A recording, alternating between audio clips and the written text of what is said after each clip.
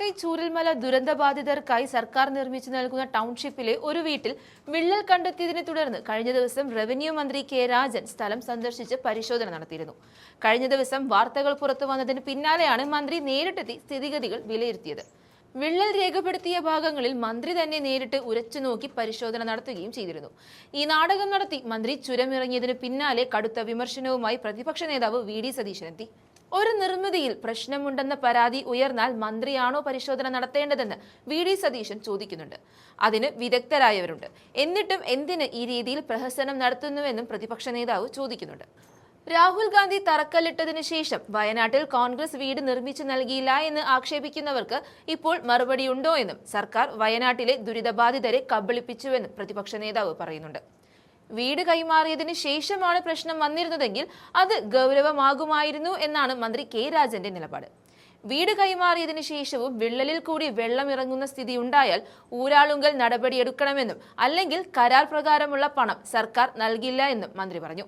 ഇത് വിള്ളലല്ലെന്നും പെൻസിൽ കൊണ്ട് വരച്ചതാണെന്നും സാമൂഹിക മാധ്യമങ്ങളിലൂടെ വ്യാപകമായി പ്രചരിച്ചിരുന്നു.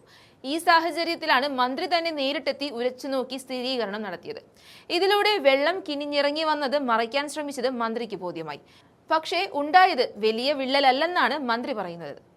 വീട് ഇതുവരെ കൈമാറിയിട്ടില്ലെന്നും അന്ന് ചടങ്ങിൽ വെച്ച് കൈമാറിയത് പട്ടയം മാത്രമാണെന്നും മന്ത്രി വിശദീകരിക്കുന്നുണ്ട്. രണ്ടിടങ്ങളിലാണ് നിലവിൽ വിള്ളൽ കണ്ടെത്തിയത്. അടുത്ത മാസത്തോടെ 178 വീടുകൾ താമസയോഗ്യമാക്കി കൈമാറുമെന്നാണ് മന്ത്രി പറയുന്നത്. മഴക്കാലത്തിനു മുൻപ് എല്ലാവർക്കും വീടുണ്ടാകും എന്നാണ് നേരത്തെ അവകാശപ്പെട്ടിരുന്നത്. ഒക്ടോബറിന് മുമ്പ് മുഴുവൻ വീടുകളും തീർത്തു നൽകണമെന്നാണ് ഊരാളുങ്കലുമായുള്ള കരാർ.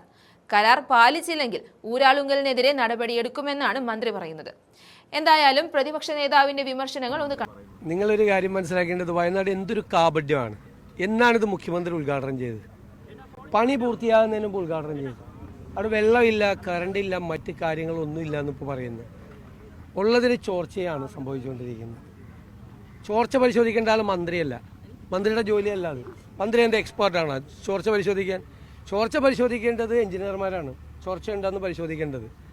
ആ ചോർച്ച പരിശോധിക്കണം. ഇപ്പോഴും ആളുകൾക്ക് താമസിക്കാൻ പറ്റിയിട്ടില്ല. ഇപ്പം ഞങ്ങൾ രാഹുൽ ഗാന്ധി കല്ലിട്ടിട്ട് പിറ്റേ ദിവസം രാവിലെ പണി തുടങ്ങിയില്ല എന്നാണ് ഞങ്ങൾക്കെതിരായിട്ടുള്ള ആരോപണം. ഇവിടെ മുഖ്യമന്ത്രി ഉദ്ഘാടനം ചെയ്ത വീട്ടിൽ ആരും ഇതുവരെ താമസിച്ചിട്ടില്ലല്ലോ. ആളുകളെ താമസിപ്പിക്കാനുള്ള സ്ഥിതിയിലായിട്ടില്ല ആ വീട്.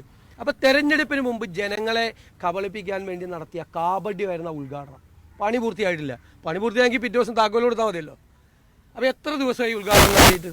ഉദ്ഘാടനം നടത്തിയത് തന്നെ കാപഢ്യമാണ്. പണി പൂർത്തിയാകാതെ ഉദ്ഘാടനം നടത്തി തെരഞ്ഞെടുപ്പ് കാലത്ത് മുഴുവൻ അതിനെ ആഘോഷിച്ച് കേരളം മുഴുവൻ ആയിരക്കണക്കിന് ബോർഡുകൾ വെച്ച് ഇപ്പോൾ ഒരാൾക്ക് പോലും അതിൻ്റെ അകത്ത് താമസിക്കാൻ പറ്റിയിട്ടില്ല. അതുപോലെ അപ്പോൾ ആരാണ് കളിപ്പിച്ചത്?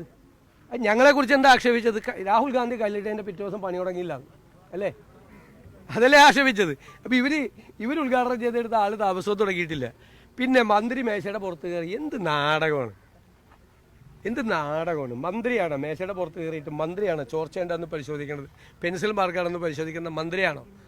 മന്ത്രിമാരാണോ? ഇപ്പോൾ പാലം വീണ പരിശോധിക്കുന്ന മന്ത്രിയാണോ? മന്ത്രി ഇതുമായിട്ട് എന്താ ബന്ധമുള്ളത്? മന്ത്രിയല്ലല്ലോ, എഞ്ചിനീയർമാരാണ് പരിശോധിക്കേണ്ടത്.